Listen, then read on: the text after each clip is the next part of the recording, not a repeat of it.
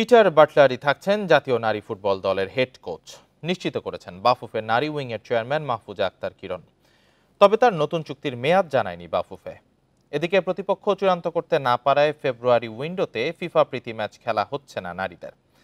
মার্চের উইন্ডোতে ম্যাচ আয়োজনের চেষ্টা করছে বাফুফে। একাধিক দেশের সঙ্গে যোগাযোগ চলছে বলে জানিয়েছেন কিরণ। লম্বা ছুটি কাটিয়ে বুধবার ক্যাম্পে ফিরছে নারী ফুটবলাররা। প্রীতি ম্যাচের পাশাপাশি শুরু হবে এএফসি এশিয়ান কাপ বাছাইয়ের প্রস্তুতি। আর বছরের শেষ দিকে নারীদের ফ্র্যাঞ্চাইজি লিগ আয়োজন করার কথা জানিয়েছে বাফুফে।